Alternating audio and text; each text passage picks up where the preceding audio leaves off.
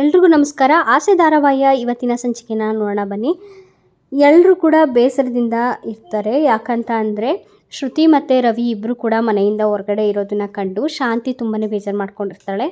ಶ್ರುತಿ ಮನೆಗೆ ಬರದೇ ಇರೋದನ್ನು ಕಂಡು ಶಾಂತಿ ತುಂಬಾ ಕೋಪಗೊಂಡು ಎಲ್ಲರ ಮೇಲೆ ರೇಗಾಡ್ತಿರ್ತಾಳೆ. ಹಾಗೆ ಎಲ್ಲದಕ್ಕೂ ಮೀನಾನೇ ಹೊಣೆ ಮಾಡ್ತಾ ಇರ್ತಾಳೆ.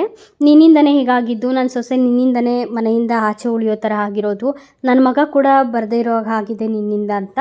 ಅದೇ ಟೈಮಿಗೆ ರವಿ ಮತ್ತು ಶ್ರುತಿ ಇಬ್ಬರ ಮಧ್ಯೆ ಕೂಡ ಮನಸ್ತಾಪ ಉಂಟಾಗಿರುತ್ತೆ. ನಮ್ಮ ಮನೆಗೆ ಹೋಗೋಣ ಬಾ ಅಂತ ಹೇಳಿಬಿಟ್ಟು ರವಿ ಕೂಡ ಶ್ರುತಿನ ಕರೆದಿರ್ತಾನೆ. ಆದರೆ ನಮ್ಮ ಅಪ್ಪಂಗೆ ಅವಮಾನ ಆಗಿರೋ ಅಂಥ ಜಾಗಕ್ಕೆ ನಾನು ಬರೋದಿಲ್ಲ, ನಾನು ಸತ್ರು ಬರೋದಿಲ್ಲ ಅಂತ ಹೇಳಿಬಿಟ್ಟು ಶ್ರುತಿ ರವಿಯಿಂದನೇ ದೂರ ಉಳ್ಕೊಳ್ಳೋ ಪ್ರಯತ್ನ ಮಾಡ್ತಿರ್ತಾಳೆ. ಅವ್ರ ಮನೆಗೆ ಹೋಗೋಕ್ಕಾಗ್ದಲೇ ನಾನು ಬರೋದಿಲ್ಲ ಅಂತ ಹೇಳಿಬಿಟ್ಟು ಹಿಂದೇಟು ಹಾಕ್ತಿರ್ತಾಳೆ. ಅದೇ ಟೈಮಿಗೆ ಶ್ರುತಿ ಕೆಲಸಕ್ಕೆ ಹೋಗಬೇಕಿದ್ರೆ ಅವರಪ್ಪ ನೋಡಿದ್ದಂತಹ ಹುಡುಗ ಅಂತ ಅಂದರೆ ಮೊದಲು ಮದುವೆ ಫಿಕ್ಸ್ ಆಗಿದ್ದಂತಹ ಹುಡುಗ ಅವಳನ್ನು ಅಟ್ಯಾಕ್ ಮಾಡ್ತಾನೆ. ಅದೇ ಟೈಮಿಗೆ ಮೀನಾ ಮತ್ತು ಸೂರ್ಯ ಇಬ್ಬರು ಕೂಡ ಕಾರಲ್ಲಿ ಬರಬೇಕಿದ್ರೆ ನೋಡಿ ನನ್ನ ತಂಗಿ ಮೇಲೆ ಅಟ್ಯಾಕ್ ಮಾಡ್ತೀಯ ಅಂತ ಹೇಳಿಬಿಟ್ಟು ಸೂರ್ಯ ಆ ಹುಡುಗನ ಹೊಡೆದು ನಮ್ಮನೆ ಹೆಣ್ಮಗು ಮೇಲೆ ನಿನ್ನ ಕೈ ಹಾಕ್ತೀಯ ಅಂತ ಹೇಳಿಬಿಟ್ಟು ಅವ್ರನ್ನ ಹೊಡೆದು ಆಚೆಗೆ ಅಂತ ಅಂದರೆ ಹೊಡೆದು ಹತ್ರ ಬರದೇ ಇರೋ ಥರ ಕಳಿಸ್ತಾನೆ. ಅದೇ ಟೈಮಿಗೆ ಶ್ರುತಿ ಕೂಡ ನೋಡಿ ಭಾವುಕಳಾಗ್ತಾಳೆ. ಅದೇ ಟೈಮಿಗೆ ಮತ್ತೆ ಸೂರ್ಯ ನಾವು ಹೇಳೋದನ್ನೇ ಇವಳು ಅರ್ಥ ಮಾಡ್ಕೊಳ್ಳೋದಿಲ್ಲ ಅಂತ ಹೇಳಿಬಿಟ್ಟು ರೂಢಾಗಿ ಮಾತಾಡಿ ಹೋಗ್ತಿರ್ತಾನೆ. ಅದನ್ನು ಕಂಡ ಶ್ರುತಿ ಒಳ್ಳೆಯವರು ಅಂತ ಅಂದ್ಕೊಳ್ಳೋ ಟೈಮಲ್ಲೇ ಕೆಟ್ಟವರು ಅಂತ ಹೇಳಿಬಿಟ್ಟು ಪ್ರೂವ್ ಮಾಡ್ಕೊಂಬಿಡ್ತೀರಾ ಅಂತ ಹೇಳಿಬಿಟ್ಟು ಹೇಳ್ತಿರ್ತಾರೆ.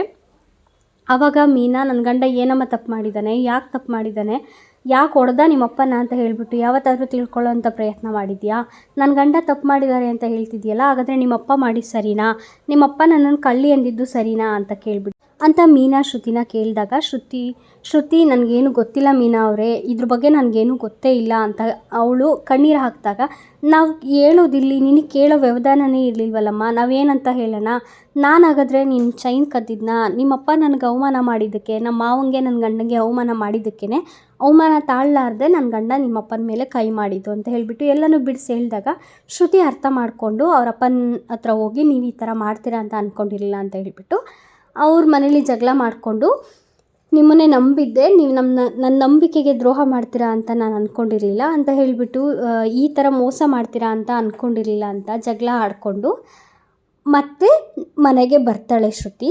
ಅದನ್ನು ಕಂಡು ಮೀನಾ, ಸೂರ್ಯ, ಶಾಂತಿ ಎಲ್ಲರೂ ಕೂಡ ತುಂಬಾ ಖುಷಿಪಟ್ಟು ಮನೆಗೆ ಬಂದುಬಿಟ್ರಲ್ಲ ಅಂತ ಹೇಳ್ಬಿಟ್ಟು ಸಂತೋಷದಿಂದ ಕುಣಿದಾಡ್ತಿರ್ತಾರೆ. ಆಮೇಲೆ ಆರತಿ ಮಾಡಿ ಕೂಡ ಒಳಗಡೆ ಕರ್ಕೋತಾರೆ ಮೀನಾ. ಅವ್ರು ಬಂದಿದ್ದ ದಿನವೇ ನಮಗೆ ಹೊಸ ವರ್ಷ ಅಂತ ಹೇಳ್ಬಿಟ್ಟು ಎಲ್ಲರೂ ಕೂಡ ಕೇಕು, ಕ್ಯಾಂಡಲು ಎಲ್ಲನೂ ಹಚ್ಚಿ ಹೊಸ ವರ್ಷನ ಸೆಲೆಬ್ರೇಟ್ ಮಾಡ್ತಿದ್ದಾರೆ. ಇವತ್ತಿನ ಎಪಿಸೋಡ್ ಇದಾಗಿತ್ತು. ಇನ್ನಷ್ಟು ಇಂಟ್ರೆಸ್ಟಿಂಗ್ ಎಪಿಸೋಡ್ಗಳಿಗಾಗಿ ಸಬ್ಸ್ಕ್ರೈಬ್ ಮಾಡ್ಕೊಳ್ಳಿ ನಮ್ಮ ಚಾನಲ್ನ. Thank you for watching.